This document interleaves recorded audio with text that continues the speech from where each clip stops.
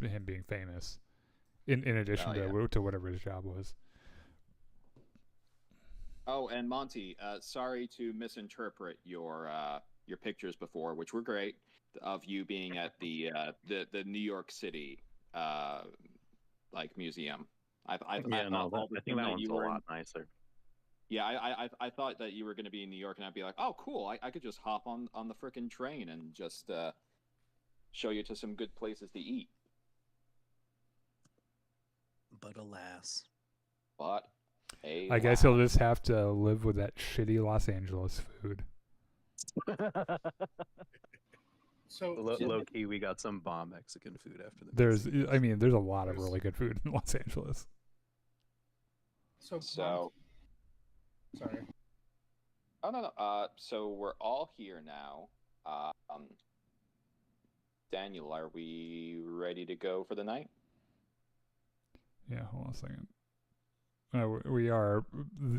What is today? Sunday? Oh my God, I've entirely lost control of my weekend. We are Sunday, August 24th, 2025. Oh, okay. I will say it is really nice not to have to rush to Gungans and Dragons from a gig, because I really hate rushing to anything. I hate that feeling of, oh my God, I have to get there in time. Too. And so I took a shower before this, kind of took a little nap on the couch and shit, and then it was like, oh, I guess I'll go downstairs for Gungans and Dragons right now.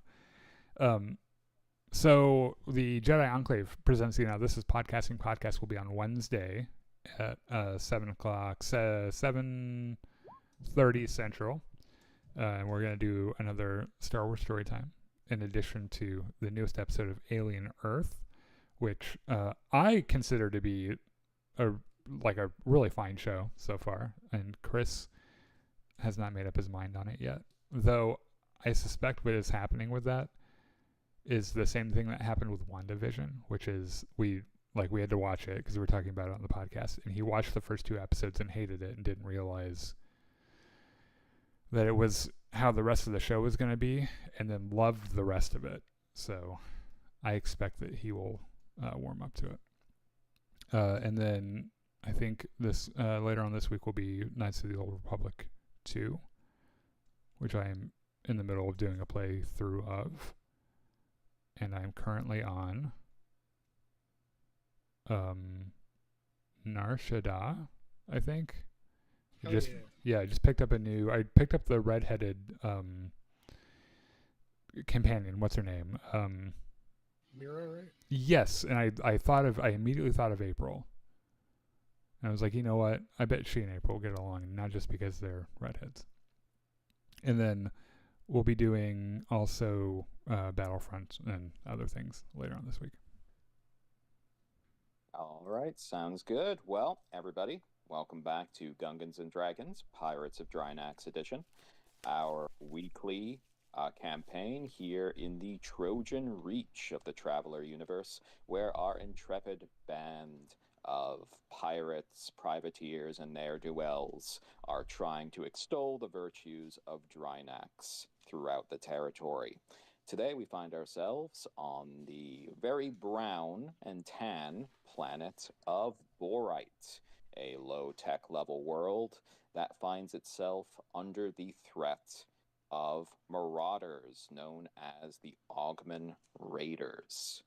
Our crew has come to a decision to try to get Borite on the side of Drynax by doing something heroic, stopping a raid in progress on foot. They found a place to go to, Vellington. They have their methods of travel, which is the local train, and their air raft that is loaded with porn. And they are off to try... No, there are guns in there. And explosives, actually. And guns and explosives. I think there's a vac suit in there. In fact, there's an entire party in the air raft, if you think about it. And they are trying to enact their plans. But before we get any further, let's start by doing introductions. Let's start with April and her character, Andrew.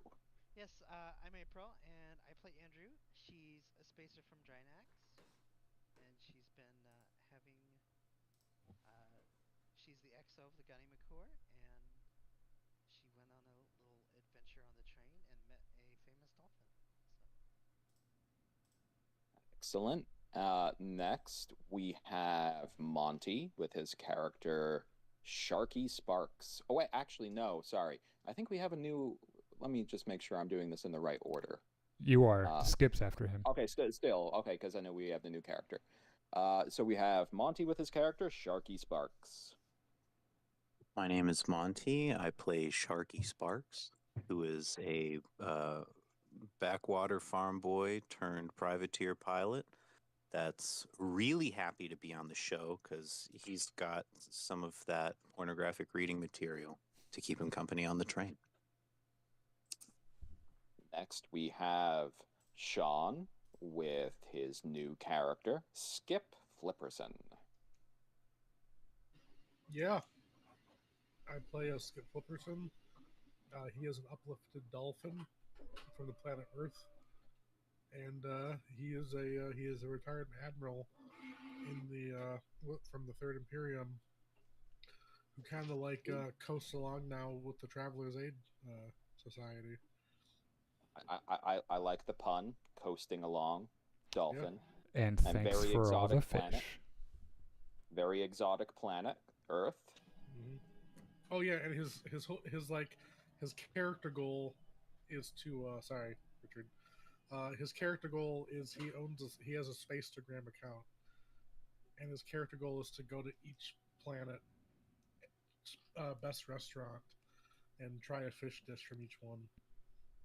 Well, that is an extremely ambitious goal because I think there are something like 30,000 inhabited worlds within known space, so I'm not sure if Skip Flipperson will manage to make his goal unless he becomes the first dolphin to start taking anagathics. And now you're probably going to make me have to research if there even is an anagathics for dolphins, damn it. But before I start to delve into that madness, let's go with Wenton and his character Sven. My name is Winton, and I'm playing Sven Bjorn, who is a former merchant marine, and he's found himself as the security officer on the Ganimakkur. And he is a Solomani from the homeworld of Strend. And speaking of many worlds, it turns out that there are 2 worlds called Strend in Traveler. Really? Yep. One is much closer to the area that we're in, and the other one is many, many sectors away. So I'm assuming it's spelled the same way? Yes. Huh. Well, that's kind of like humanity in a nutshell. You know, when we go to a new place, we like to reuse names. Yeah, we have a Paris here in Illinois, and we have it's San Jose. You are not allowed to call it San Jose because people get very upset about it. And we also have a Cairo. You're not allowed to call it Cairo for the same reason. And we have another one that we mispronounce here too. They're all spelled the right way, but they're just mispronounced. Yes, so your home world is known as Strend, and the other one is Streamed. Okay. I'm still assuming that I'm from the one that's closer to this region. Yes, you're from the very wealthy one that was settled by Solomani settlers. Okay, yeah, and the other one is pretty low tech looking. It's the San Jose in fact, of this comparison. So next we would have Daniel with his character Ukluna Enks. Yeah, who's the captain and whose player just discovered that his strongest ability is persuade, because I don't think I've ever sat down and done the math on what my abilities are, and I don't think I could ever find a reason to ever try to fight anyone with anything. Like, I think that is a good reminder. I might just entirely abandon combat as a concept that Ukluna even thinks about, and just use my mouth. That might explain why he's in such bad shape. Well, I mean, yep. I'm in bad shape because I asked he doesn't remember this, but he asked a shaper to like heal his already scarred body from his time in the Third Imperium, and they didn't do a very good job, and further fucked me up. Okay.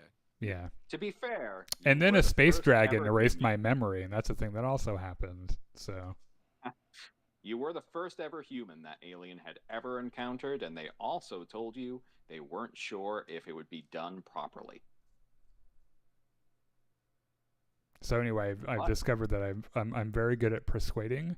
I'm very good at languages, and I think I might actually be a doctor with my score. Like maybe not as skilled as Dr. Jin, but I've got a medic +3. So Let's see. So your medic score of 1 would suggest that you have about as much training as a nurse, though your education bumps it up a bit. So like you're a very studious nurse. I like So to think I like to think of myself as like a physician's assistant, like a or like a what are those called? They can write prescriptions. What? It's an MA, a medical assistant. Yeah, yeah, something like that. So if any of you need Alright. prescriptions, come and hit a Cluna up. He'll hook you up. Okay. Well, Okluna and Sven are currently traveling in the air, going from air traffic control tower, but they have been delayed somewhat in this flight. So we have the rest of the crew who are currently on the train are going to be getting to Vellington 3 hours before the air raft arrives. It doesn't matter too much, but in the last session, I think we said it was 2 hours. We were running 2 hours behind. Yeah. I don't know if 2 it I doubt that it makes much of a difference really, but Okay. so if you had a trap set up for us 3 hours. Sorry. I have notes here. So you arrive on hour 3. Okay, so that's the first 2 hours. Those are the 2 hours of delay. All right, so I only know that because I bitched in my command log about how Sven distracted me the entire time. Hey, you're the one that rolled snake eyes. traveling on the train, you all kind of settle in. You all notice that as you go along on the ride, there are quite a few people who end up kind of coming up to your car but not going into your car, and are kind of like looking through the windows at you all, especially you, especially Skip Flipperson, just because you look so completely alien to these people, Because you're a fucking dolphin. but also you're getting a lot of negative attention, Sharky. A lot of like narrowed eyes looking towards you as you're reading your erotica. I'm oblivious because I'm reading my erotica. Am I sitting right by him? Right? You're floating right by him. Your anatomy it does not allow you to sit. You're reading over his shoulder. I'm gonna. Can I see that the people are like looking at him weird? No. Roll me your. Let's see if you can kind of recognize what's going on here. You do have recon. +4. Recon +2. Isn't it +4? I'm asking because I started to understand the math on this. I'm basing this off of his dexterity bonus, which is a 0. So recon in this case would be +2. Why is it? Because he has 2 ranks. Why is it based on his dexterity and not his Intellect. Yeah, or his education, or yeah. I'm first giving him an actual like seeing the thing, Okay. not emotionally understanding what's happening. Tim is probably because I'm floating. Is recon always based on dexterity? sometimes if you are directly looking at something and you're kind of interpreting it, I can use a different characteristic, and I'll give you those different bonuses. I assume it's probably because I'm floating, so therefore I might not be seeing it 100%. So first, right? first, I want just him to see if he sees some of these details. So 2d6 plus 2. 10. Okay. So yeah, you can see directly that, since you're so close to him, this was you interpreting whether or not these kind of like angry looking eyes were being directed to you or to him, and it's definitely being directed to him. Like what you're seeing directed to you is much more curiosity. Okay, I'm gonna put my hand on his shoulder, like one of my robotic arm hands, and be like, Oh. You feel just like cold steel touch your shoulder. Yeah, that Sharky was has my a yelp. little as it moves. and I'm gonna say to him, son, you might want to put that away. You, But what away? And Sharky looks at his crotch. Jesus Christ! be like that piece of material you're eating. I think some people aren't appreciative of it on the in public. Okay, Sharky's gonna take a look around now, and I'm gonna roll recon. Okay, Sharky's rolling recon. Oh dear. I didn't even. 4. I didn't. What? I think it's +4 for you because of your dex bonus, or did I click on the wrong sheet? You get a dex bonus of +1, and you have 3 ranks of recon, right? I'm still confused about why we're doing dex, because I just read in the core book, like the rule book, and the examples given are all based on intellect. Because sometimes you can choose for different skills to have it based on different characteristics. But is he Daniel. using his hands? Like, I guess I just don't understand why it's dexterity, not like you're looking at something and using your brain. Right, I'm having him notice the actual physical action, Daniel, and and this is spatial awareness right now. So having you interrupt while I'm doing this is a little bit disruptive. We can talk about it afterwards. Oh, hold on just a second. I'm gonna mute.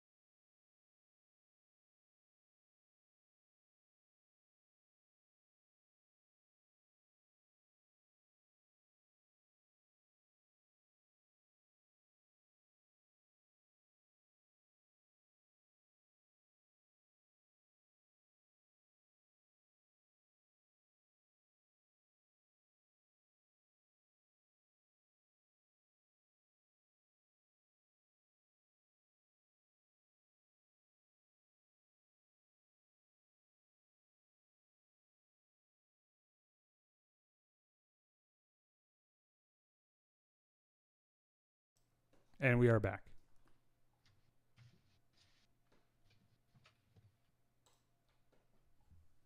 So anyway, I punched him in the dick. Monty, with your roll, which would have had the extra +2 of 11, you can see that a lot of the focus that you are getting right now is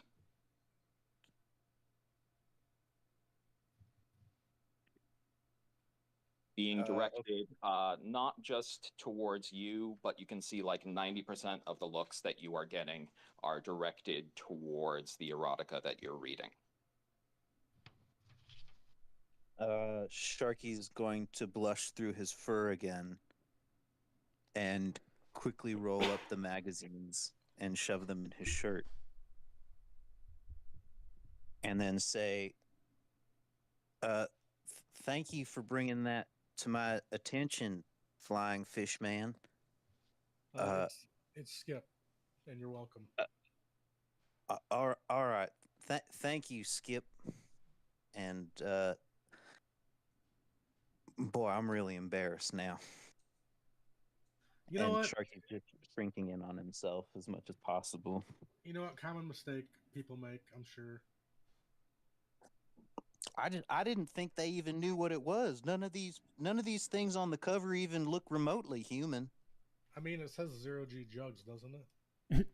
Well, I mean, maybe it's about milk jugs and honey jugs. They don't know. There's a pair of breasts on the front cover. I think they know. Okay, I'm gonna have to go and Okay, Google don't dolphins. use that word. That's a dirty word. You will see several times throughout the remaining journey that the only people that are going through your car will be conductors. And you can notice glances while you keep the books out towards the books, and they don't seem to be friendly looks. No. I shoved them in my shirt. I put them like, okay. No, I like stuffed them away super quick. Okay.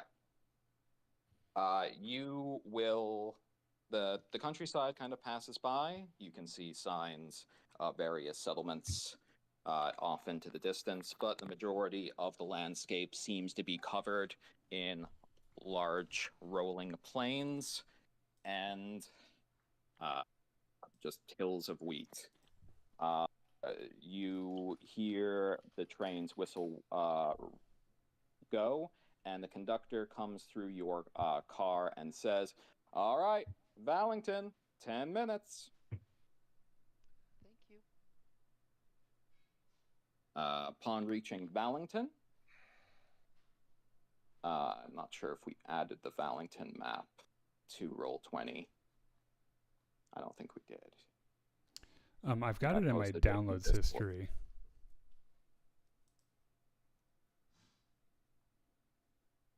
So you arrive at the train station in Vellington. I believe you all just have the clothes on your back at the moment because you didn't bring any of your supplies, right? You just, Andrew has her sword, I think. And my shield device, but that's hidden with my coat. Yes. And then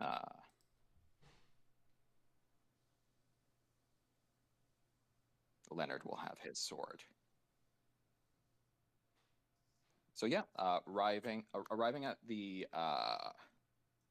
train station, you can see there are a bunch of different workers that are starting to load up supplies onto the train. You're here kind of like at the end of the line. You can see a few people are jumping off. Most of them look to be like they are laborers. You can see a sign that somebody is holding up, written on a larger piece of paper saying Ganimakkur crew. And it is an older man in his, looks to be like mid-60s, with a big bushy beard that is there with a couple of other men. We go over and we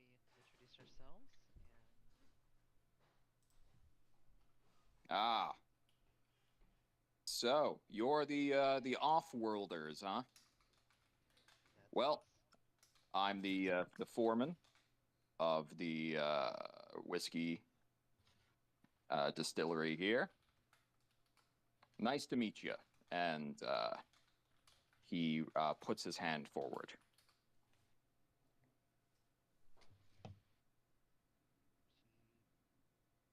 She, I'll put my flipper forward. No, I mean, oh, sorry. well, she. Oh, April, I'm having a problem hearing you. I'm not sure if I Yeah, you are pretty turned down my quiet. volume. Yeah. Yeah, let me Oh, try fixing there. that. You're loud. Yeah, well, she shakes his hand or whatever she thinks is appropriate, and introduces the rest of her group. And have you seen the air raft arrive yet? Air raft. What's what are you talking about? There should be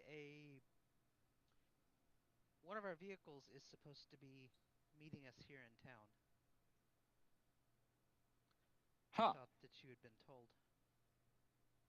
Well, we were told that you'd be bringing supplies. Yes, But they're in the vehicle. I see. Well, I guess they're not here yet.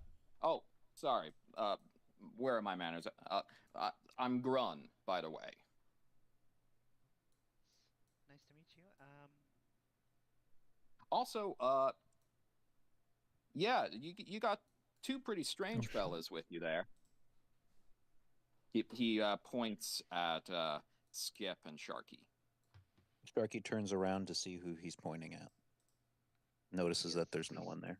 This is Sharky, and he's a Vogger, and this is Skip Flipperson. We met him on the train. He's actually with the Travelers Aid Society, but he's decided to tag along for the tour if that's okay. I'm gonna extend out my one of my robot hands to or robot grippers, I guess, and shake his hand.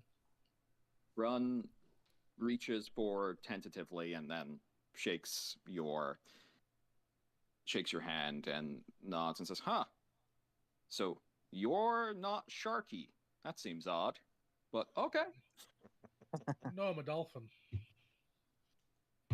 What's you know what? I'm not going to get into that. I'm lucky. I know what a shark is in the first place, and just glad that you're able to be here when there's not too much water to breathe. Wait, what's a shark? Apparently, them's as big fishes with big teeth. Yeah, they're jerks. Oh, no relation. I promise you that. Kind of look like this guy. Yeah, except with like massive rows of teeth, and yeah. A bit hard to see your teeth in that helmet, but I'll take you at your word that you're not a threat. I mean, I'm not. So up to his side, dressed in a bowler hat, another guy comes forward, and he says, hello there. I represent the Borite Continuity Authority. I can lead you to lodging while you're here. Yes, that would be great. We need to wait on the rest of our crew to arrive. I don't suppose you have any way for us to check in with air traffic control and see if there's a problem. Oh, well, generally we're pretty far out from any sort of airports or anything here, so I wouldn't really know. I work directly for Mayor Alara Vane. She is the one who runs the local authority here. May I ask, are you here entirely for the distillery? What sort of... And I heard you were going to be attempting to sell wares, so I've been trying to set up some sort of space for you to do that, possibly at the weekly market. I would just need to know the category of your wares, and they take out a clipboard. Recreational reading materials? So the pen kind of like scratches on the paper for a second, and they look up sharply at you. Excuse me?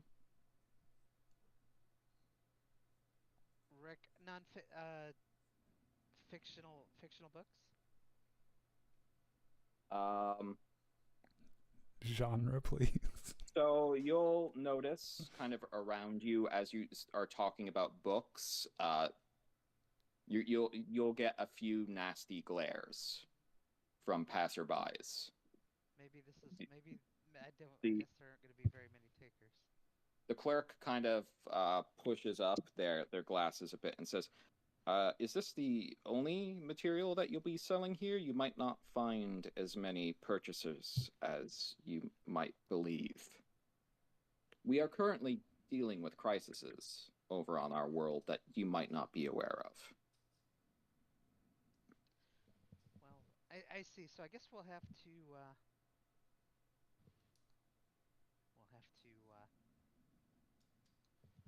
So about that lodging, I attempt to diplomatically change the subject.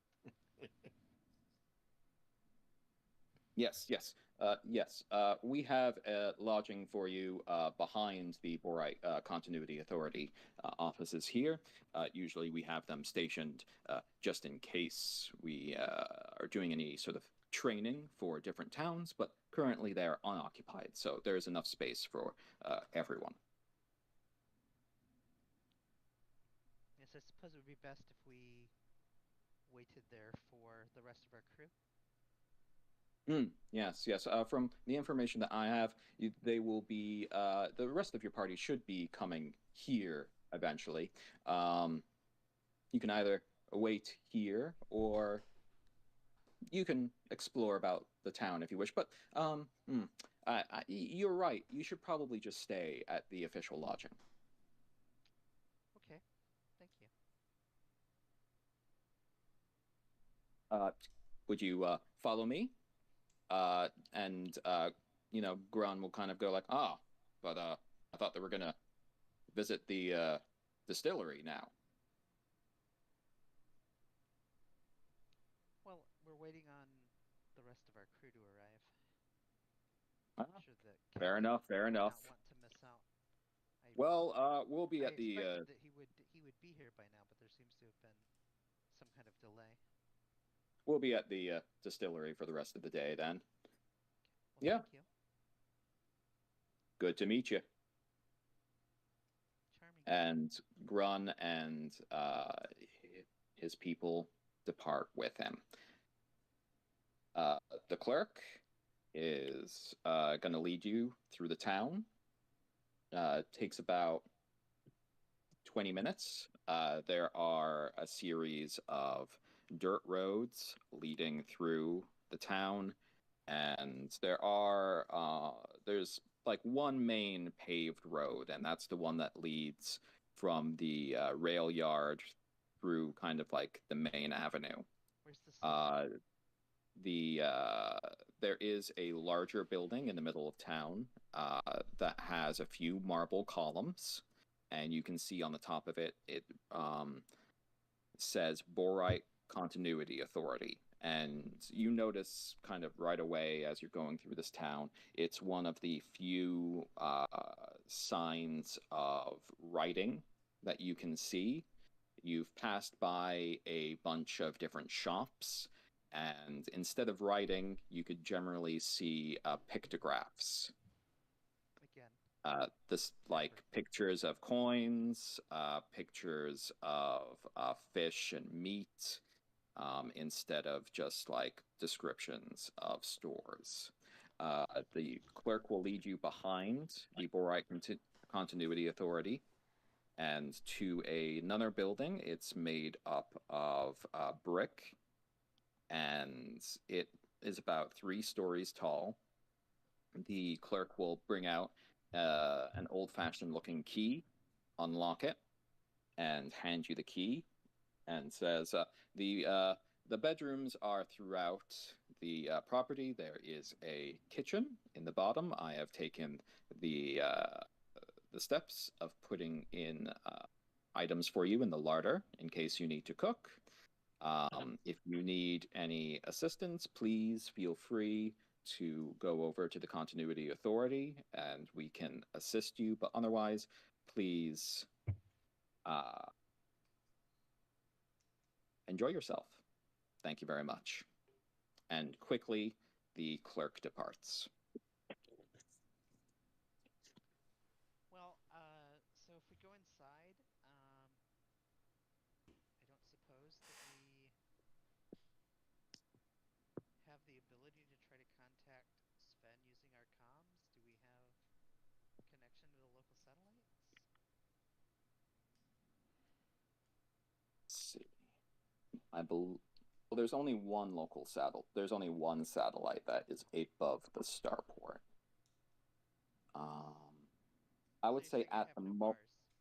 Yeah, I would say at the moment you are out of range. Okay. Then I guess there's.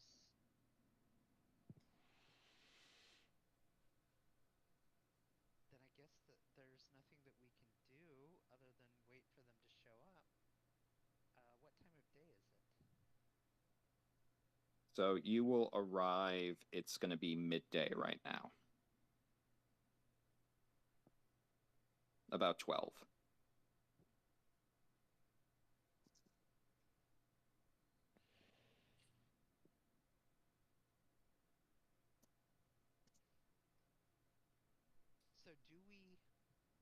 So did we see like an inn or a tavern or anything of that sort?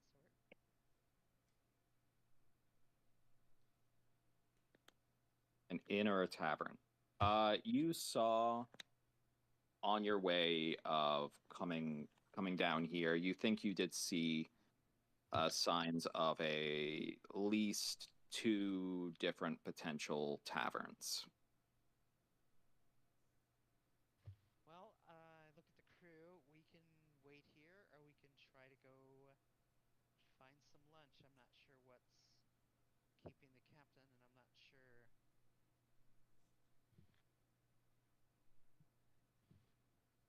I guess I said, well, do we want to? We might as well get some. We might as well.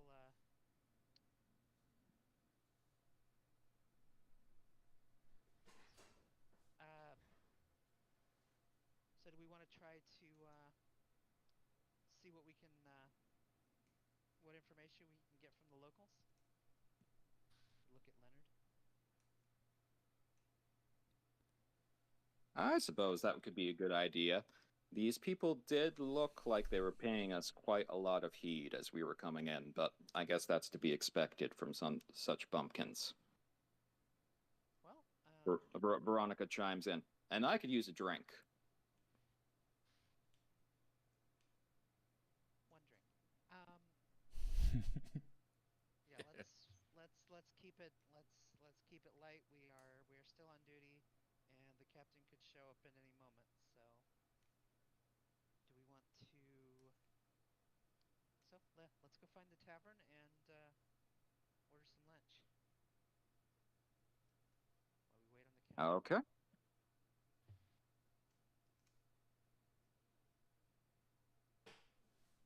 Heading down the streets,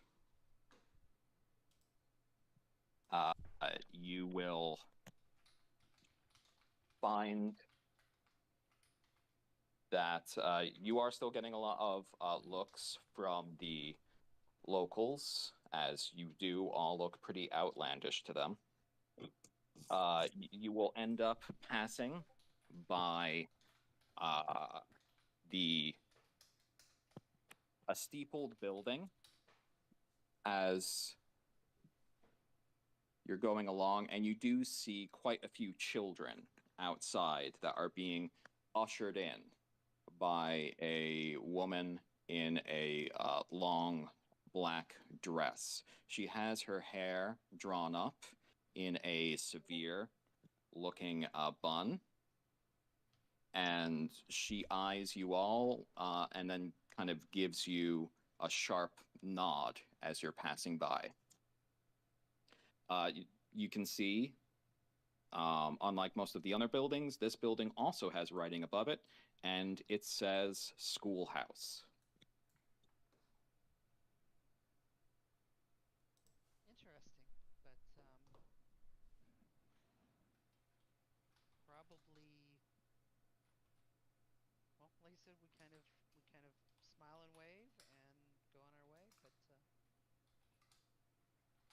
Okay. Going into the tavern, you can see that is lit by primitive electric lights. There is a bar in the back, and you can see that it is populated by about 6 different workers. They all kind of look up as you enter, and they don't look away as you step in. Behind the counter, a barkeep puts his towel over his shoulder and says, "Out-of-towners?" Yes, of course. Do you have food? Yeah, we have some food here. What do you want? Stew? Steak? Sandwiches? What are you looking for? What do you recommend? I'd say the stew, mostly because all I'll need to do is just ladle it out to you.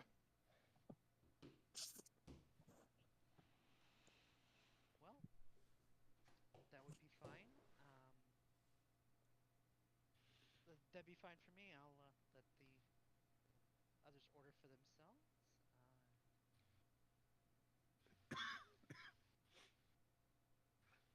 Let the others order for themselves.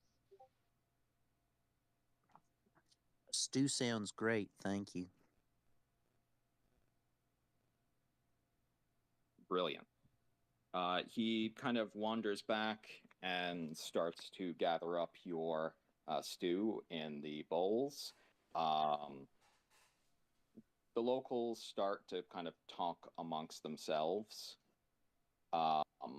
There is a kind of young woman who is at the back who looks at you all with wide eyes and says, "Are you all off-worlders?" Yes, we are.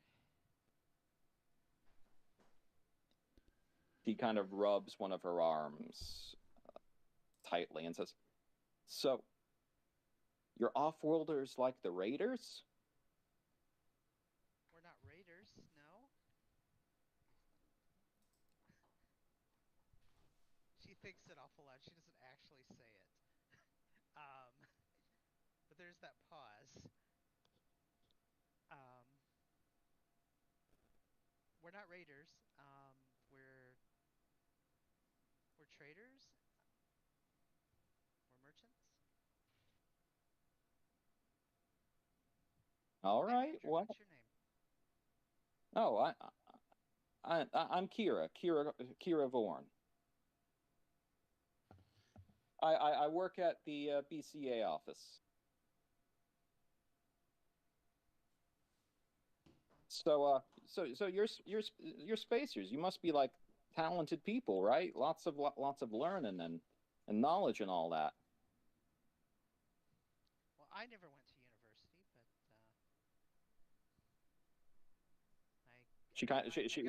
but I got my education the hard way. She kind of just blinks slowly as you say university. That sounds like a 10-cent word there, ma'am. Remember, we do want to make ourselves targets. We want to be prime people for the raiders to come get. But yes, I mean, I've definitely learned a lot about a lot of things over the years working on various spaceships. Gone a lot of different places. Also, those 2 people with you, well, I'm sorry, I shouldn't assume, but they are people, right? We prefer the term sophons, but they're definitely people. Sophons? Well, there's another 10-cent word. I'll start a tab, hun.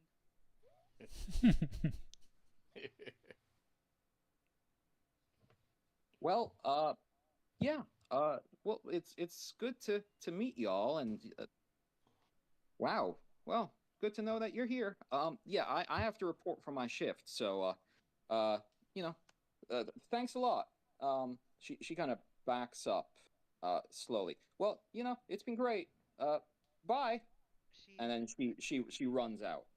Yeah, Andrew kind of does she doesn't have a hat, but she puts her hand up there and gives the little tip of the hat, and lets her go.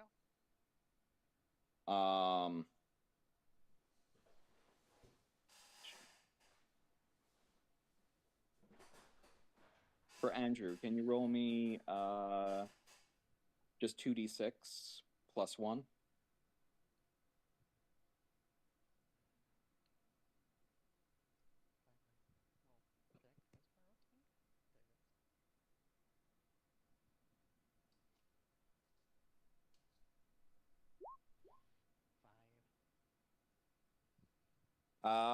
Her expression as she leaves is rather inscrutable, but she is just kind of like literally running out.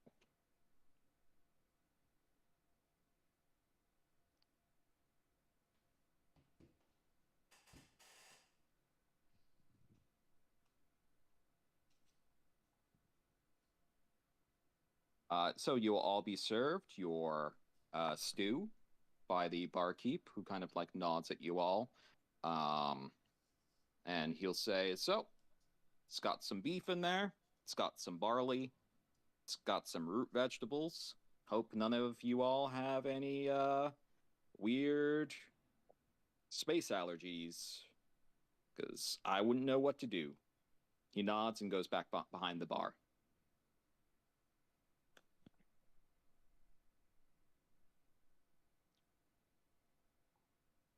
Well, I don't know.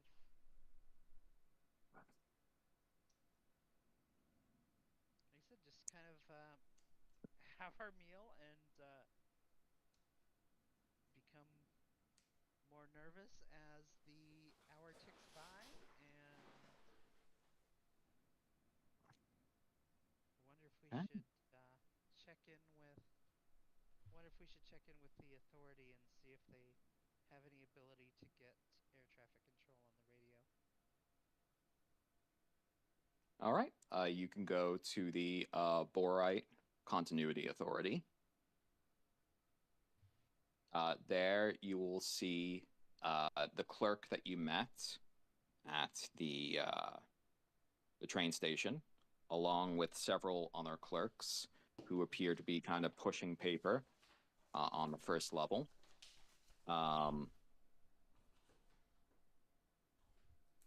Anyone with recon can kind of make a roll right now. Sharky. Skip. I'll make a recon roll.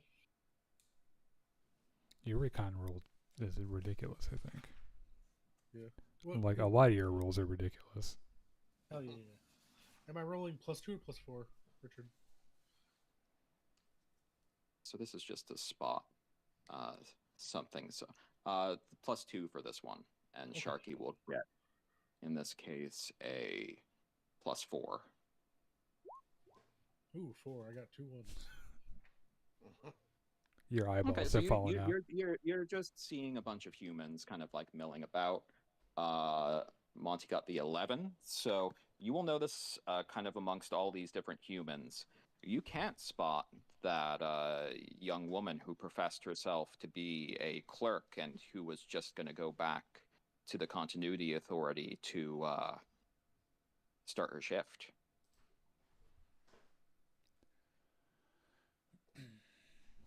Gotcha. So that's what Sharky will notice. The clerk that you met at the train station will come forward and say, yes, can I help you? So, Yes, actually, I did manage to get word from the from the mayor. She has one of the few radios in town. The progress of your airplane will be here in about an hour. Oh well, thank you. Thank you for that. Sorry, we appreciate your diligence in checking in on that for us. Of course, of course. What did she say her name was? It went out. It went out of my head. I apologize. Kira? Where's Kira Bourne? Yeah, we were looking for Kira. Or we saw Kira. Did she come back this way? I hope nothing happened to her. He frowns. Well, I mean, she only had a half day today, so she was done for the day. That's odd. She said she was coming back. Well, that's a bit ridiculous, coming back when she was already done with her work. Never see her put in any overtime. That's why she's never going to get promoted.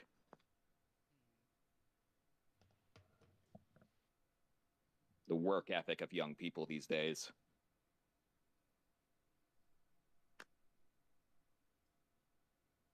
Well, Anyway, is there anything else I can help you with? No, I guess we'll get out of your hair and let you get back to work. Let's go, guys. Guess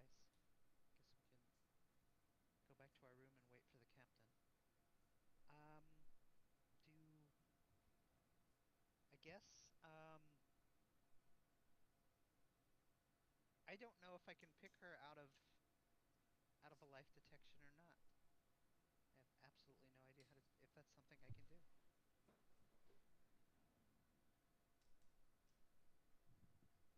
But I'm willing to try. Did you say Yeah. a life detection? Life detection. It is an ability, a telepathic ability. So in this case, you would expend your psionic points for the ability. I believe it's only one. Am I correct here? Yes. Okay. Yeah. My rule book. A box right now. Okay. Roll me just 2d6 because I don't think your psionic score gives you a bonus, right? Yep. Okay. Just let me 7. Okay. Was this an easy check? Let me see. Just trying to bring up the PDF right now. Go. Psionic page.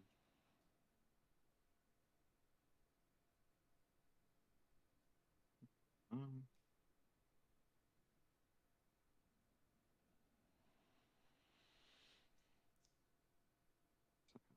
228. Life detection. Great. Roll me another 1d6 to see how long this lasts.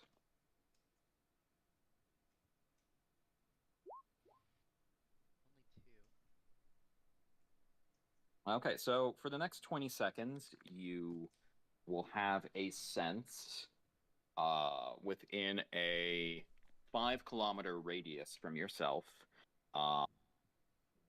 the sort of confines of this town and everybody within it. You can detect that there are roughly 1,985 humans besides yourselves within the town. You can kind of see the town by its kind of cluster of people. There are a lot of people working in the distillery. You can detect everybody that is working within the Borite Continuity Authority, all the people in their houses, the farmers outside. And pretty much everyone are like clustered for their various bits of work. You can kind of, with this, detect not way too much in the specifics of each person, just the general type of mind. But you do detect one individual person seems to be hightailing it out of town on a horse.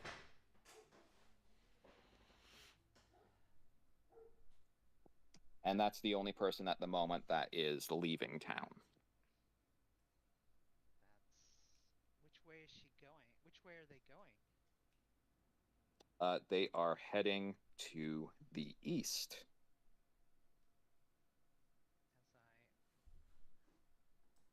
Do I feel anything as I shift my perception that direction? Within the 5-kilometer bubble? No, that's like the outskirts of town. So you don't detect any specific soffits outside. Okay.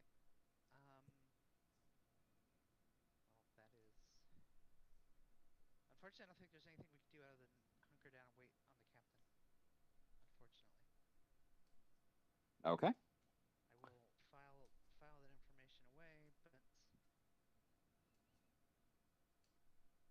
oh, is Dolphin Boy's not shielded, is he? Hmm? Just curious. Mm-hmm. He's there. I sense that he's there. Okay. I was just curious. I'm not gonna do anything else.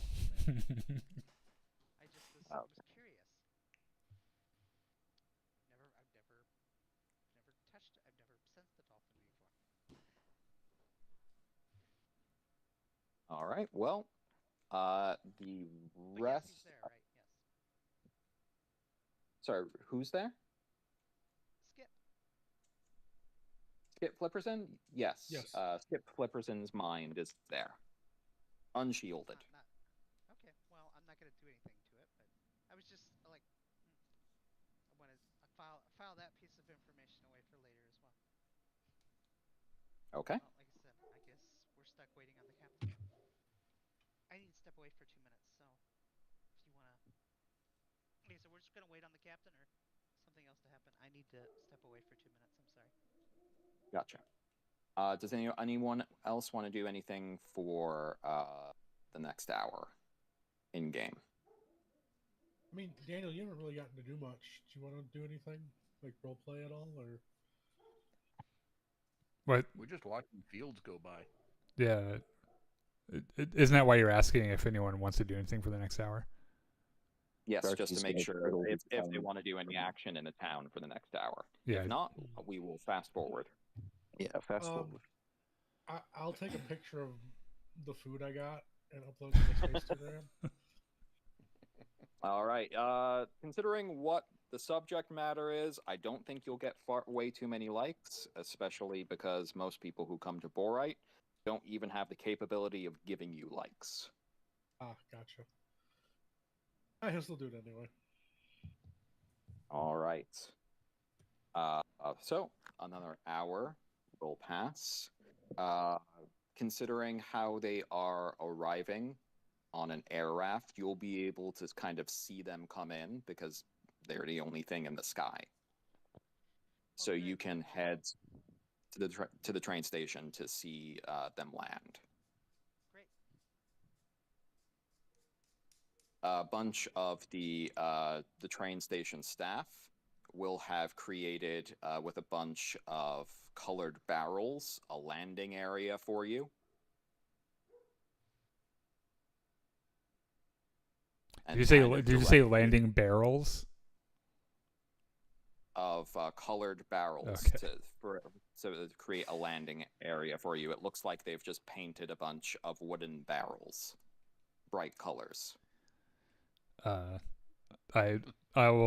land the air raft and will make no effort to hide how exasperated I am. These barrels wobbly at all? What was that? Are these barrels wobbly at all? You know what? Because Shawn asked that, who's piloting? I am. I'm sorry about that, everybody. Yeah, I'm probably. Well, I think I'm about to run into one of them if I had to guess. So that's 2d6 plus 2 for your flyer check for Hold on. landing. I have to pull the dice up. 2d6 plus 2? Yes. 6. So I probably do run into one, right? You know what? In fact, about half of the barrels are knocked over, Skip, as you see the air raft come in. So that was definitely not one of the better landings you've seen from your time in the Navy. I'll be like, oof. I don't know who's piloting that, but I sure hope they aren't the captain. No. Have we landed? You've landed. I'm gonna. There was a big crashing noise as you did so, but you have landed successfully. I'm gonna step out and not even bother to close the door, and then say to no one in particular, "Years as a merchant marine, you'd think you know how to read a fucking map." Now that we know why they didn't tell why Bugs Bunny did not turn left at Albuquerque. I'm never flying in a flyer with you again. I trust you with my life, but I do not trust you as a navigator. I've got flight skills. I don't have navigation Well. skills. The clerk that you met before at the train station is here again in his little bowler hat. He approaches you all and says, "Oh, you are the rest of the crew, correct, of the Ganimakkur?" Yes, I am Kuna Angst. I'll give him a tip of my floppy hat and then gesture to Sven and say, "This is my associate Sven, who, in addition to all of his amazing skills, map reading is not one of them." Well, yes, we don't really have all that many in the way of readers over here either. It's one of the things I discussed with your crew about your wares. Anyway, I have secured you a booth at the weekly market. He passes you a map. Please go here between the hours of 8 to 5 p.m. You have permission to sell your wares for the next 5 days. After that, there will be a recurrent fee that we will enact. Please, again, be aware that we are under threat from raiders, and I do not believe your goods are the most responsible, but it has been the position of the Borite Continuity Authority that we have not officially outlawed books, so I cannot stop you. Good day. He turns around and leaves. Well, I think we've brought all these books here for nothing, Captain. I'm sorry.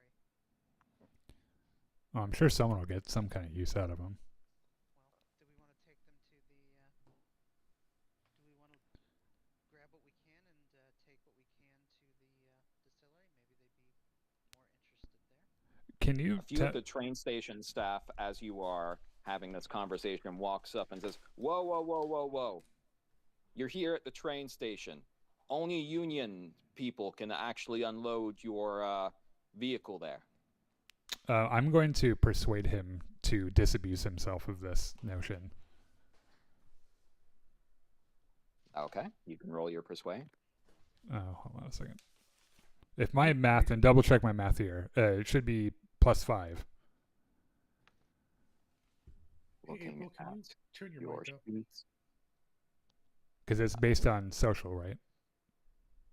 In this case, yes. That would be 2. Yep. So +5. 11.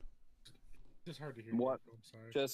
Just to give this flavor, what's the basis of the argument?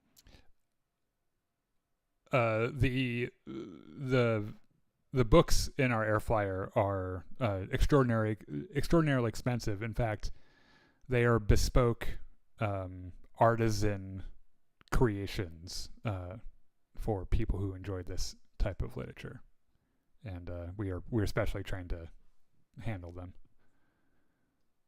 The guy like listens to you and then just waves you off. He's like, fine, whatever. Boys, let's get going. And I'm gonna look at Sven and say I think I might have gone overboard with the whole bespoke thing. As they walk away, you hear a couple like talking to each other and say, "Outsiders draw raiders." And then like the boss says, "Yeah, and they brought those fucking books as well. You think I want to touch them?"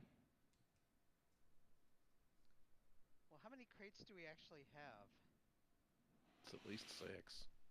I can't remember how we packed it, because I know that I'm not saying this is a Cluna either, because I wouldn't want anyone to overhear me, but did we put the guns in crates?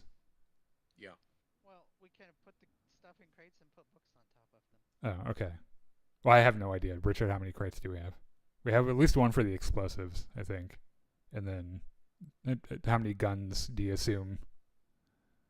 You have, what is it, the 3 crates of grenades, and then you have I thought we only brought the one crate. Yeah, I think we only brought 1 crate of grenades. In fact, well, hold on a second, because I have a list here of everything we brought, because I put it in the command log.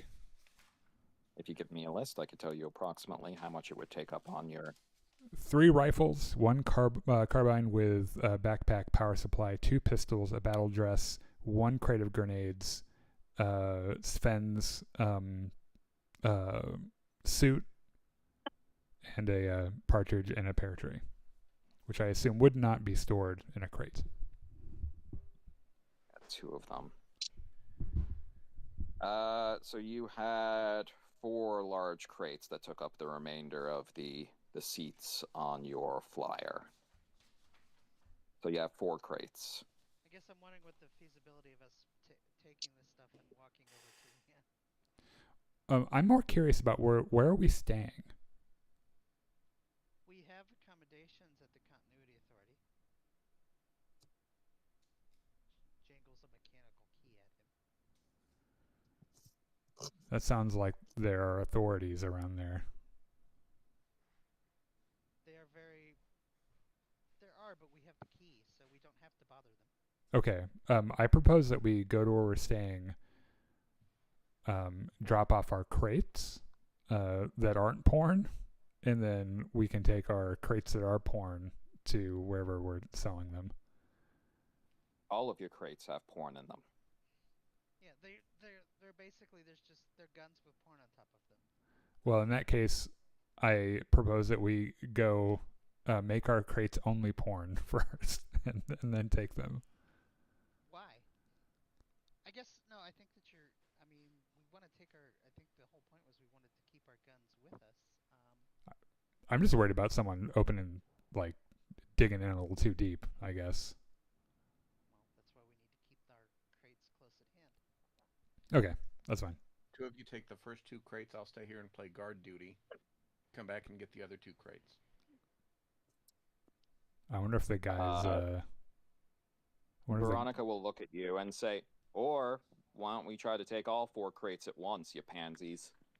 Well, if And you think we're okay, we can do it. she'll go forward and hold on. I didn't realize we had everybody with us, so She'll actually pick up 1 crate, kind of awkwardly balance for a moment, but then use her robotic arm and then picks up another crate and says, "All right, where are we going?" I point towards the direction of the distillery. I'll also grab a crate. Oh, by okay. the With way, your fins or with your little mechanical T-Rex arms? Captain. T-Rex arms. Oh yeah. Anyone want to address the dolphin in the room? Yes. Oh, by the way, this is yes, Captain. This is Skip Flipperson. He's a former Imperium admiral, and he's kind of A big deal in the Resistance. Okay, so the question here, Richard, is does Skip recognize a Cluna? And would a clue have heard of Skip? Yes, I have definitely heard of you. I think we rolled that for the previous session when it was radioed in while he was still in range. Gotcha. And then could I roll to see if I recognize a Cluna? You can roll. Let's see. I guess I'll base this because you were on so many ships. Ukluna has gone on different ships in his background to get to his various missions and everything. Maybe I'll base this off of your social, just because you like talking to everybody.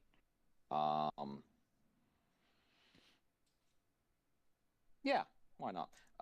You're both in the 3rd Imperium. You're roughly in the same sort of area. Roll me 2d6 plus 4. Plus 4? Okay. 11.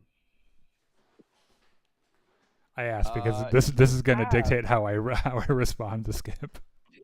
You have recalled seeing this guy on a ship that you once served. It was, but he was in a much different state. He was covered in bandages and severely injured. And you vaguely remember at the time that he was listed as an extracted asset, but with no name attached. I'm gonna float towards him then.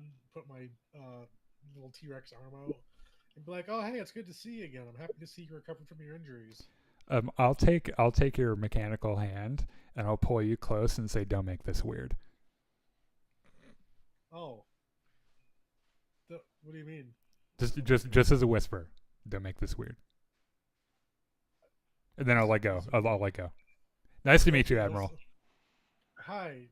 So I'm gonna whisper back. Is it weird to say hi to someone you've met before? Maybe we should get to know each other a little bit more. Oh, okay. Sounds As I good. said, this is the captain. Well, hi there, Captain. I never got your name. Akluna. I'm Akluna, and this is Sven, our chief of security. And I think you've already met Andrew, Sharky, Leonard, and Veronica. Yes. We should be getting going to the. We shouldn't keep our friends at the distillery waiting. And I'll shake Captain, Sven's hand. Oh, sorry. Captain, can I have a word with you with as much privacy as we can afford? Can you hang back with me a moment, Captain? Yes. Sven, why don't you go along with the group here on the way to the distillery? Right. Leonard is gonna look at Sven and say, "Do you want to take a box between us that we could take to the shop?" Yeah, we can do that. Somebody give Sven a map so he knows where he's going. He then looks at Sharky and says, "Sharky, can you handle that last crate?" Yeah, that last crate. Sharky should definitely handle that last crate because that last crate would probably be the one that belongs to him. Sure. I'm on top of it. Well, okay. I'll be holding it. Roll 2d6 minus 2 for your strength. It's his weapon. And porn. And lots of porn. Don't forget the porn. 5. All right, so Monty, describe what this looks like. Imagine it's someone that you've seen in your personal history. Grab something that's like too heavy, but still kind of tries to manage it. Okay, so Sharky is going to use only his back muscles and not his legs to lift the crate. And after a few minutes of struggling to get it up, it's going to immediately just be lopsided, and he's going to be taking 2 or 3 steps in every other direction in order to take 1 step forward. Can I float over to help him? Okay, so you're going to use your Waldo arms to try to help. So let me see. I know that gives you a -1 for this, so overall that's a +1. So 2d6 +1. Okay. Ooh, 8. Yeah, you'll help kind of like balance him out, and all of a sudden, Sharky, it feels a lot lighter as you have this dolphin bobbing along in the air beside you. As you head towards your market stall. Thank you for your help, Skip. I'm pretty sure I was going to drop this box of porno in any second. Oh, yeah, that'd be probably bad. Also, no need to like show off any bravado. Like, if you can't lift something, there's no shame in asking for help. That's a really good point you made there, and I'll be sure to remember it for next time. All right. The conversation between Andrew and Ukluna can continue. I just kind of fill him in that we have we met a part-time secretary from the Continuity Authority who kind of ran out of town right after she met us. So How do you know that she ran out of town? I have a sense about it. I have a sense about it. Oh, like that sense? Yes, Captain. Oh, all right. Well, we know that we're looking for a spy network here. it's probably safe to assume she's a part of it. Well, like I said, she grabbed a horse and she took off. So I need to ask for some clarification because you said something about it earlier. So we don't have access to our comms here. You have access to your personal comms, which will have. But like, I can't radius contact up. Krish or. No, at the moment your radius is about 50 kilometers while you're using it. Shit. How far away are we from the Ganimakkur? Wait, what was our radius again? About 50 kilometers. Is the Ganimakkur within 50 kilometers? It is over 600 kilometers away. Okay. Well done. Well, everyone ignore the part from the command log that said I told Krish to maintain comms with us. I guess that's another problem we're going to have to solve.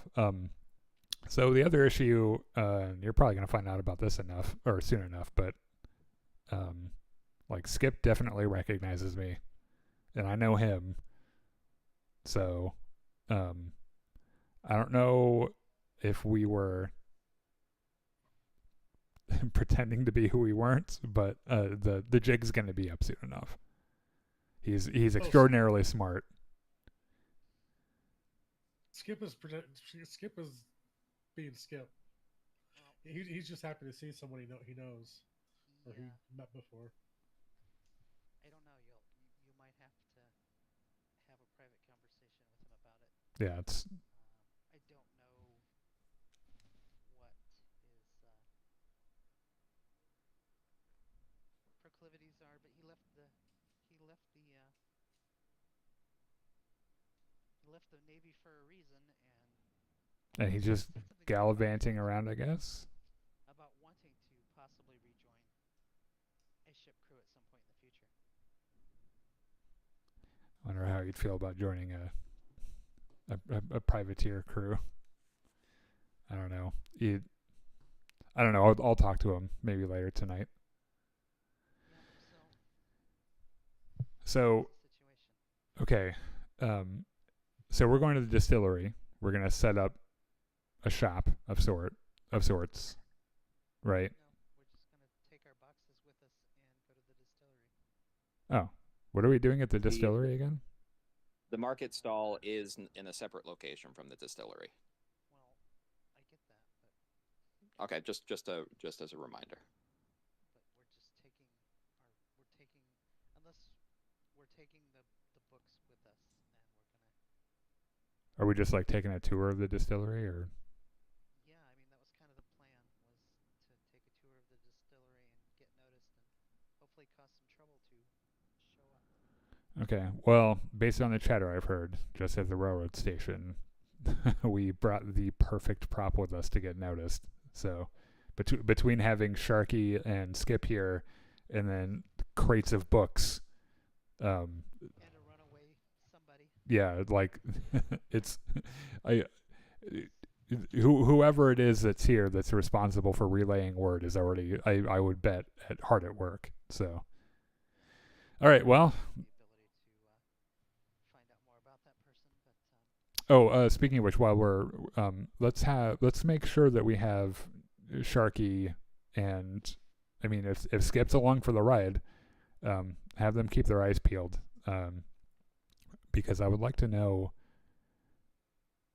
out of the important people that we meet that are a part of the town, if we can figure out which of them are kind of involved in this network, that would be helpful.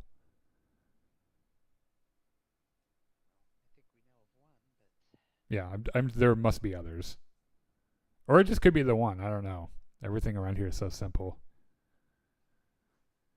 I guess let's go see what kind of whiskey the distillery has.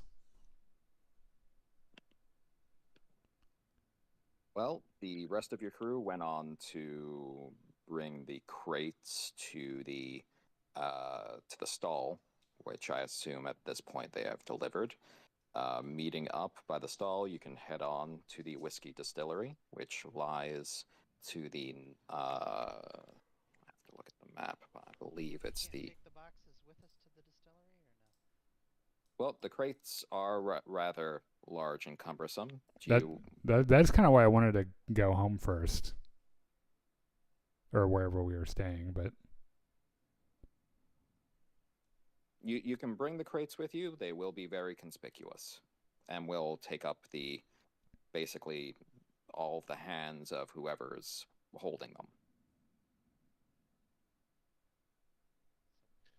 I think we want to be conspicuous. We don't want those crates or what's in them to be conspicuous. Well, do we want to take the stuff back to the room, get cleaned up, stuff whatever we can fit underneath our jackets, and go from there? I don't know. I think that's a good plan. Actually, I think we do that. I just had a 3-hour car ride with Sven over here, and I would like to sit down for a second. Well, then, okay. Well, let's take this. We'll take the stuff to the rooms, and then we'll decide what to do with it when we get that far. Okay. Yeah, you could go right there. You have the key to lock up the dwelling. And you can head to the distillery, which I believe is to the west. So what do Could be to the we want to take from here? Anything? Well, what can we easily conceal? Obviously, Sharky can't have his carbine. 2 pistols. Probably 2 pistols. I think Wenton's vac suit is. I mean, it's not inconspicuous, but it's not threatening either, right? So you can just wear that if you want. It is armored, which would be considered against the law level of this world. Oh, no armor at all. Yeah, that was why we hid it in the crate. Okay. Just wear the crate. Boom, done. Could we lie and say that? Well, hold on. I think I asked that question last session about lying to see if they would buy that it keeps you alive. No, he has already been witnessed walking around. Yeah, I was about to say they just saw him walking around without it, so I guess that probably wouldn't fly. I don't know. Unless you could wear a poncho over it. I mean. Sven, did you bring a poncho, or were you too busy fucking the map up? I don't think I've got one that big. All right, well, let's take what we can reasonably conceal. What was that? My God, that dog is loud. Oh, was it It's gonna seriously neighbor's limit our dog? Yeah. abilities. So what do we have? The 2 pistols? We have 3. What did I say, Richard? Like three rifles. The rifles are going to be Sven rifles, very Ron's difficult. rifle. Yeah, the rifles are going to be very difficult to conceal upon the person. Yeah, I think the pistols probably are the best bet. Because, I mean, obviously, Veronica's battle dress is going to be a problem. Sparky's ship-mounted cannon and backpack will probably be a problem.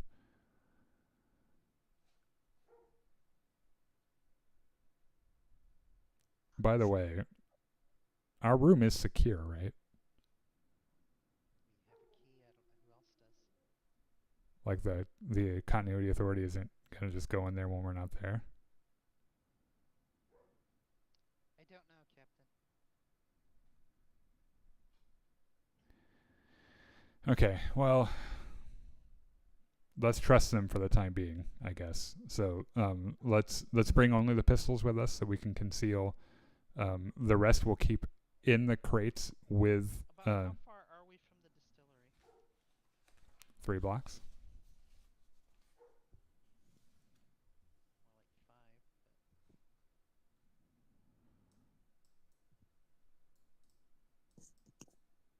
5. I don't know, Richard. What's the scale on this? Like, how far away is the distillery from the?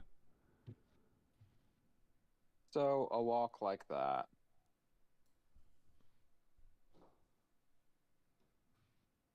It'll be like a 25-minute to 30-minute walk from where you are.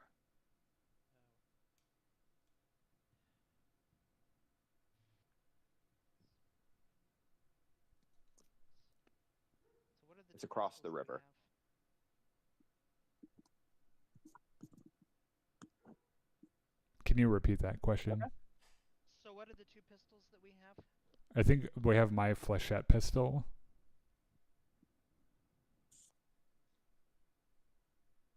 And I'm not sure what the other one was.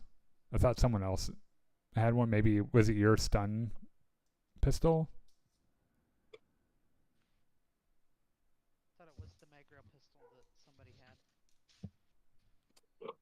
Yeah, I can't remember whose pistols it was. I think one of them is mine. Was Take it a look one at of character us? sheets. Let's see. Sven has an auto pistol. Was it Sven's pistol? Yeah, that pistol only weighs 1 kilogram, so it's not that big. Sharky has a laser pistol that weighs 1.5 kilograms. Did you bring that? I don't know. I honestly don't know. I can't remember. I can't either. Ukluna has the flechette pistol that weighs 1 kilogram.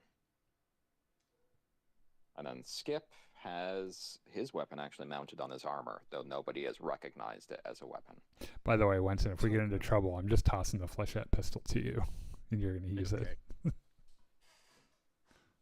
With the dex score as low as I have, I should not be shooting at anything. It's a risk to everyone. Might shoot one of us in the back of the Yeah. head. So which amongst your party are trying to conceal pistols? Did we land on whose they actually are? That we, or I guess, are we just making it up now? Because I mean, I don't remember you're choosing. You're literally taking out the weapons now, so you could decide who's holding them. Like, if you think your character is useless with the pistol, now is the time to give it to someone who can use it. Richard, he is useless with a pistol. Like, I don't know, Sven, do you want my flechette pistol? Do you want 2 pistols? I've only got 1 hand, well, 2 hands, so well, if what about Veronica? She's got a poncho. Yeah, give me a weapon. I'll hold it. Here, have a flechette pistol. yep. Okay. She'll. Are you just handing it to her? Yes. Okay. Yeah. She'll take it. Should I try to toss it to her? That's a really bad idea too. That's a good Okay, way for she'll someone to take it. die. She'll take it. She'll check its chamber. She'll open it all up. It's like, God, when's the last time you cleaned it? And then Are you hide it on supposed to herself. clean them? Yes, you fired this thing. It shows evidence of you firing it. You clean your guns. You take care of I'm going to tell them, you, so I take don't care remember of you. firing it at all. I say because You I actually- know for a fact that I fired it on the Space Dragon planet, but I assume I don't remember that. You also fired it on the Krish station, maybe? yeah, you did. Oh, okay, yeah.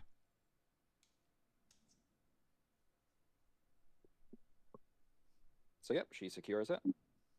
Leonard will say, "All right, are we good to go, or are we gonna have a visit to the school beforehand that I noticed?"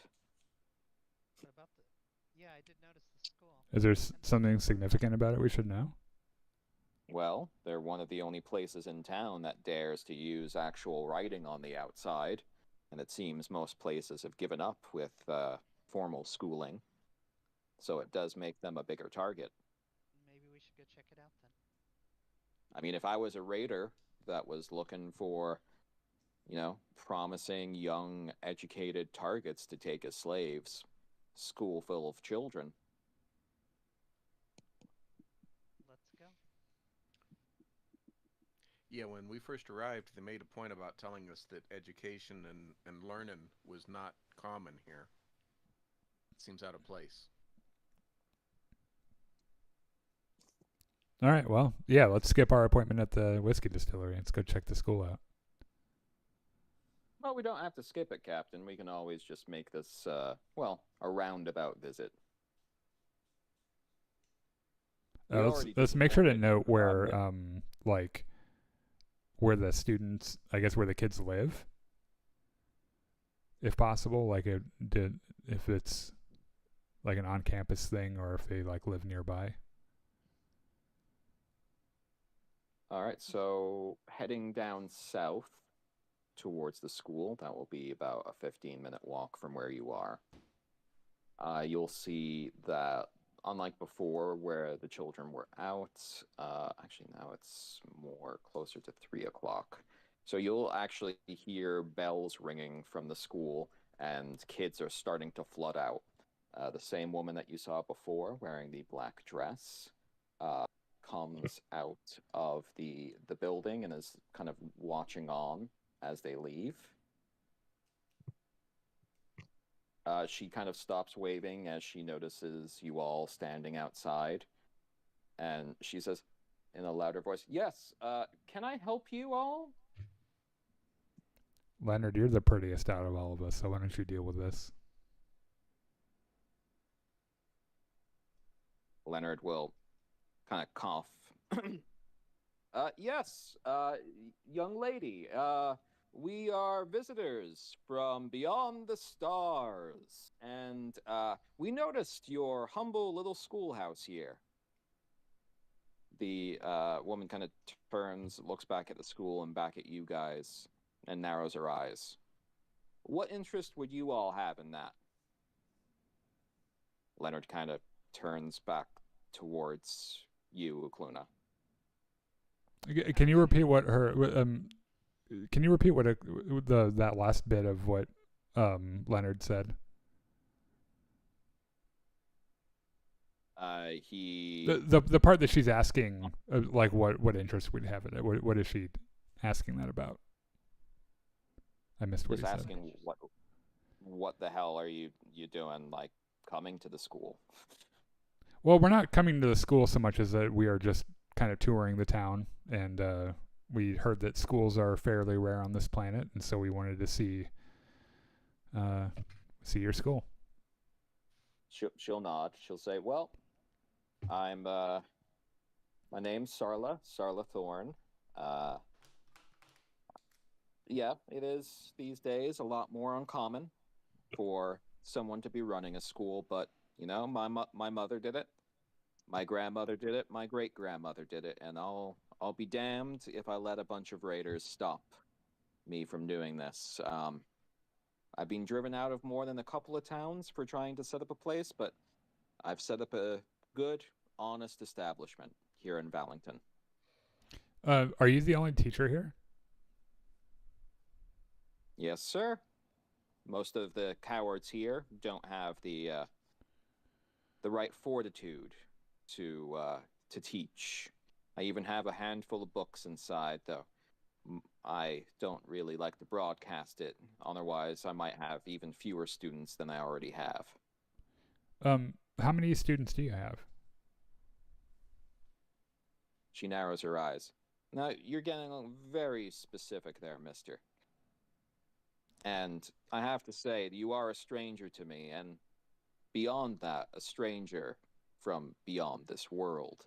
And one of the things that I've taught the children is not to be so trusting of people from off-world after everything that they've done to us for the past few generations."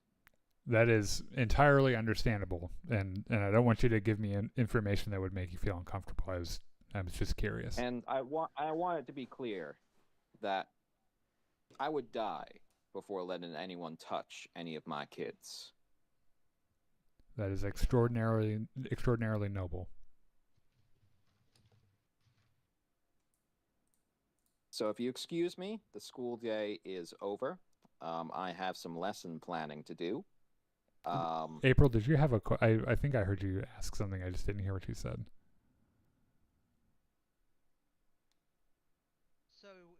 So your family's been here. Are you from here originally, or did you come from another town? No, ma'am, came here from another town.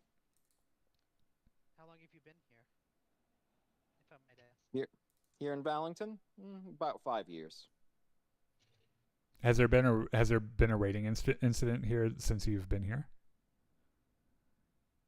She snaps her left hand and says, "No. By God's no."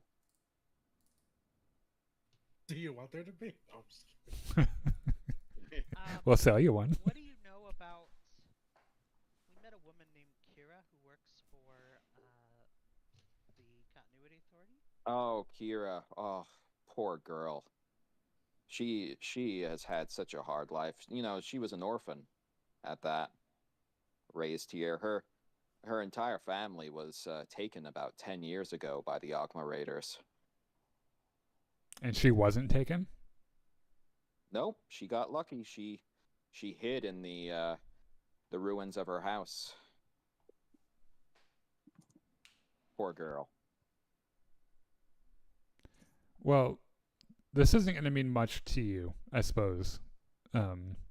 Especially since we just got here and you don't know us. But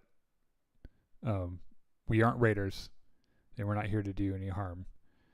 And we are on our way to somewhere else anyway. However, if you want to talk more, we're staying at the Borite Continuity Authority.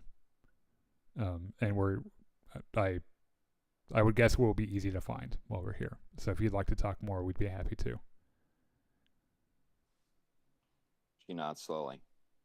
All right. Well, you seem like decent enough folk at first glance, but forgive me for being wary, but I need to make sure my kids are safe. But if you're honest and everything, I'm fine with you being here. Can I persuade her that I'm not a raider? Okay. 2d6 plus 5, though considering her background, it's going to make this a bit more difficult. Yeah, she seems she is wary. She's also she's pretty paranoid. 17.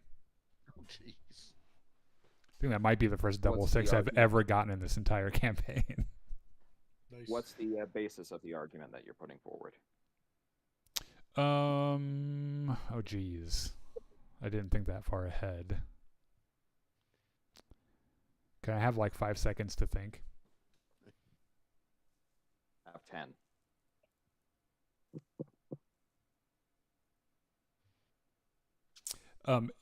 If we were raiders, we wouldn't need to ask questions. We would know exactly where to look. A school with writing on the outside would be a pretty dead giveaway, and we wouldn't need to question her for intelligence. We'd know exactly where to look. He nods. That's a decently that's a real good point there, Mr. Akluna X. Mr. Anks. I hope you were in the debate team when you were in school. So what exactly are you here for? Just to buy a bunch of liquor, I'm guessing? Well, That's where we're in Valley. we are here to buy liquor, but it's not exactly why we're here. But like I said, if you'd like to talk, some other time, I could talk to you a little bit more about what we're doing here. She kind of nods slowly and says, "Fine. I can meet you after hours and after I'm done with my lesson plan. You said you're staying at the dorms behind the Continuity Authority?" I'm gonna look at Andrew to confirm because I'm not exactly sure. Yes, nod. That's correct. Yes, I'm told that is correct. Fine. I will come along later in the day. Thank you very much. It was nice meeting you, ma'am, and I'll give her a tip of my flappy hat. She'll give you a little bow, and she'll go inside. As you hear her go inside, you hear the click of a lock being engaged. I guess I should have asked. It's probably too late. Okay, so how would it work? Like, let's say that Akluna suspects that everyone's a part of the spy network by default, and then uses his skills with deception to rule people out. Would that be our role for like every conversation? I assume that it's probably too late now since the conversation already happened. Or can I like reflect on the conversation and see if I get a sense that she was being authentic about her need to protect the children? A paranoia roll. You can roll deception now to see from your own recollection if you think she was lying to you at any point. Okay.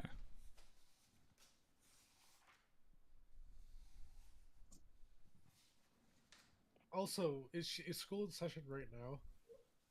No, it just broke for the day. Oh, can I talk to her before she goes back inside real quick? Well, she did kind of just close the door.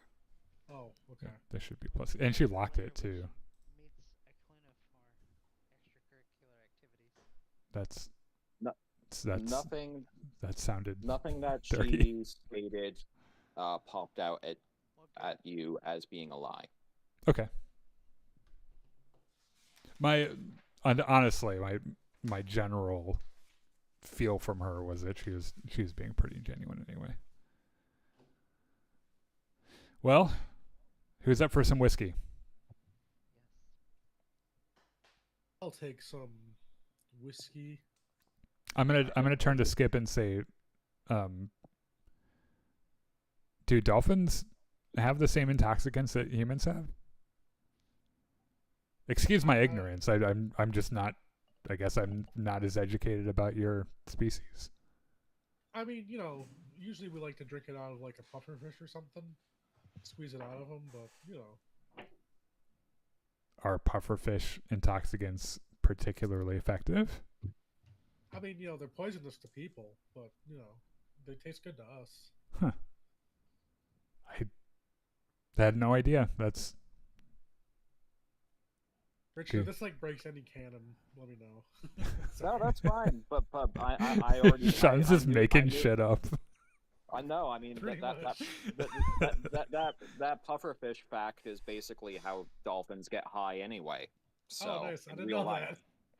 that. It's so actually I funny will- since we're talking about the dolphin thing. You said something about 0G jugs earlier, Yeah, it's from Futurama. and I became curious if dolphins had secondary sex characteristics, and they don't, and that's a thing I've Googled now, and I'll never unlearn. Hey, want to know Probably shown up on a list somewhere. Yeah. you want to know you want to know something that I've had to wrestle with before? Something you personally have had to wrestle with? Well, like a thought idea. Okay. Does this have to do with dolphin secondary sexual characteristics? No, but centaurs. I don't think. Okay, well, I was about to say thank God, but I retract. Yeah. You know what, Sean? Just tell us. What is it? Yeah, so I've come to the conclusion that centaurs have both human and horse characteristics for that. Okay, what's your argument for this? Well, the argument is that... How did you come to this conclusion? Well, they have both a human half and a horse half, right? Yes. So, one for the horse part, or like one for the horses, and then one for the humans. But where would they store them? Or do they just grow side by side? No, like, the horse half, like the horse part goes, the back of the horse, and the human half is in the front. That's why you see centaur wear pants. So you're suggesting that a centaur has a human penis right below its belly button? Yes. Okay. It's a centaur. It's not technically a human. Well, I'm grossed out by this conversation. Yeah, I probably spent too much time thinking about it, but... I'm going to be real honest. There's a certain logic to it, and I think that's what disturbs me so much.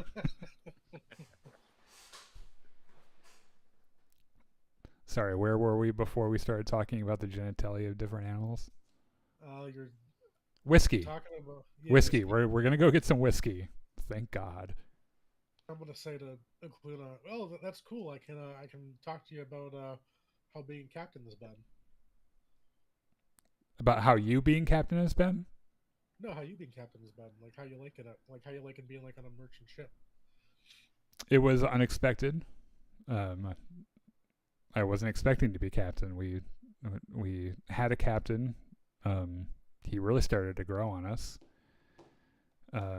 and we'd honestly gone along quite a bit with him getting out of scrapes that we thought that he wasn't going to get out of, and got us out of scrapes that we didn't think we would get out of, and then just one day said the wrong thing to the wrong woman, and in a blink of an eye, dead.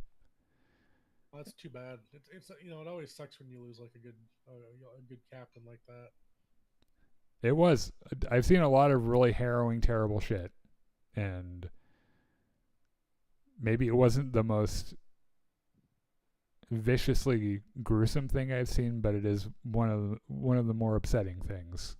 And he, I guess, trusted me enough to guide the crew after his death. And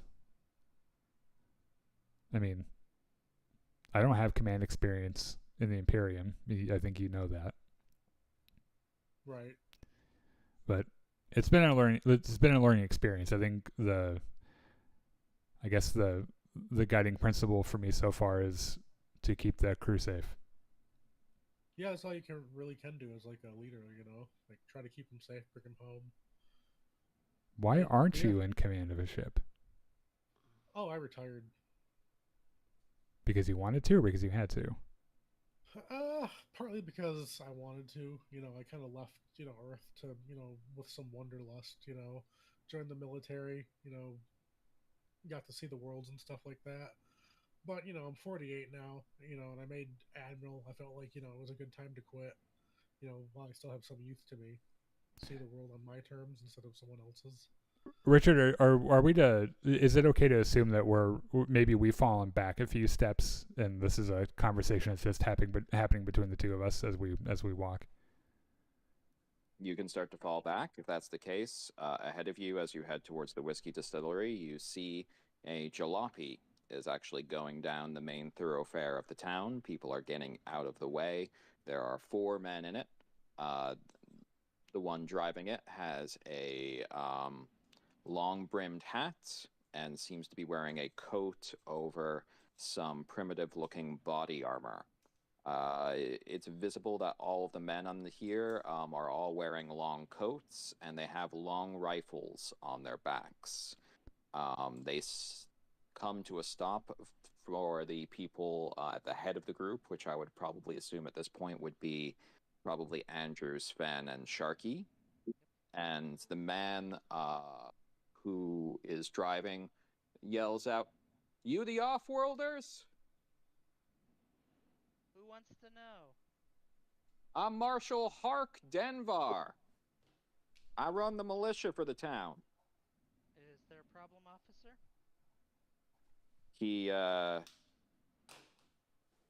He just flicks the tip of his brim up a bit and says, "No problem at the moment there, ma'am. But just wanted to let myself be known to you, and just for you to know who the authority is here in town for keeping everybody safe. And now we can say we've been formally introduced. Do If you you need take help? my meaning. Pleasure, Marshal. Pleasure's all mine. Pleasure's all mine." I'm gonna go over and shake his hand. Well, you're kind of in the back of the group, and before you can go over to shake his hand, the marshal peels out with the jalopy heading up to the north. Oh, okay. Leaving a trail of dust in his wake. Okay, and then I'll go back to talking with Occludon then. And I'll be like, hey, like, it sounds like you kind of had this position thrust on you as captain. If you need any help or guidance, don't be afraid to ask. I have a lot of questions, actually. Oh, shoot. Maybe not a ton of them having to do with command, but more to do with why the hell you're here and why you were here with us. Oh, well, I kind of met your XO there. Andrew is her name, right? Yeah. And she introduced me to the rest of your crew. I told her, hey, it'd be kind of cool to get on a ship again, not as like as a guest to something, but as like a crew member kind of. You know, maybe as like a maybe not like a permanent crew member, but more like a part timer.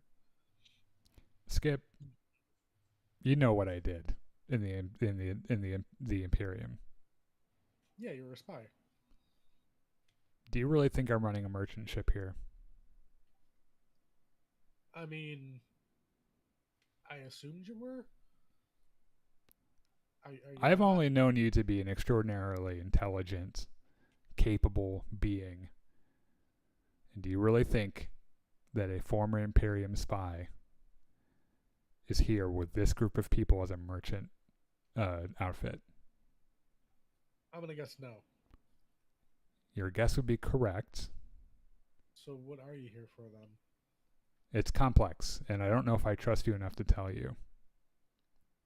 But it's bigger than just us being merchants. Ah, gotcha. And so, if you were to hang out with the crew, particularly if you were to join our crew, you might be stepping into some shit that you didn't sign up for. I mean, I saw a lot of shit while I was in the Third Imperial Military. I think I might be able to handle myself. No disrespect. I guess it's not a question about you being able to handle yourself. Let me put it this way. There are crew members who wouldn't necessarily be excited to see another Imperium officer on the ship. We haven't exactly had great luck with the Imperium lately. Oh, gotcha. Well, I know Leonard said he was from Drynax, so I get it. Yeah, we have a couple of folks from Drynax. I mean, hey, you know what? Nothing, you know what I mean? Cruise, ship. You know what I mean? You kind of you get crew, you can get them, right?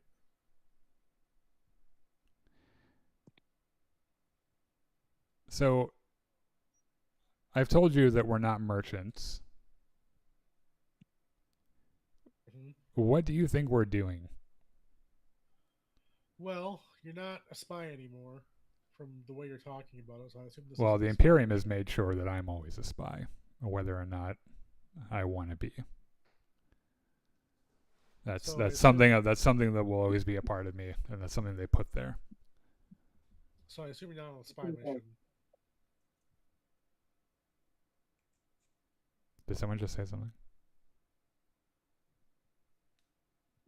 No, I may have been thinking a little louder than I should have. Oh. What was your last? What did you say? I said I assume you're not on a spy mission. We're not on a spy mission, no. Okay, so I'm gonna guess if you're willing to lie about being merchants, you're either A, pirates, or B, privateers. Well, you're closer. And this is the point I wanted to make to you, because you're at a point now where you can still walk away from this. But if you were still blindly loyal to the Imperium, this is not the crew you want to be on. Why? Are you with the Solomani or something? With No. The Darians? No. In fact, I don't. I'm gonna have to check. I think the Darians might be pissed at us. That's a long story, and I don't know where we stand with them either. I mean, who are you with? We represent. This might be a long conversation. This is like a long conversation because I don't know Shawn's character at all, and I just realized it's 9:00, and we've been talking for some time. All right. So as your conversation kind of goes on, the looming whiskey distillery, is before you across a stone bridge. You can see that there's well manicured yards in front of it, along with a series of sheds and other buildings. But besides the Borite Continuity Authority itself, this is the largest building you have seen in the town.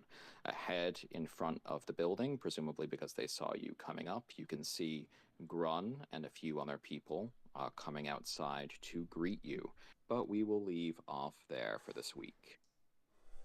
Thank you, everybody, and I hope you all enjoyed today's session. And then Wednesday, podcast on Wednesday, the gaming throughout the week. And if you're still, if you're still here, thank you. And we'll be back with the next installment of Gungans and Dragons next week.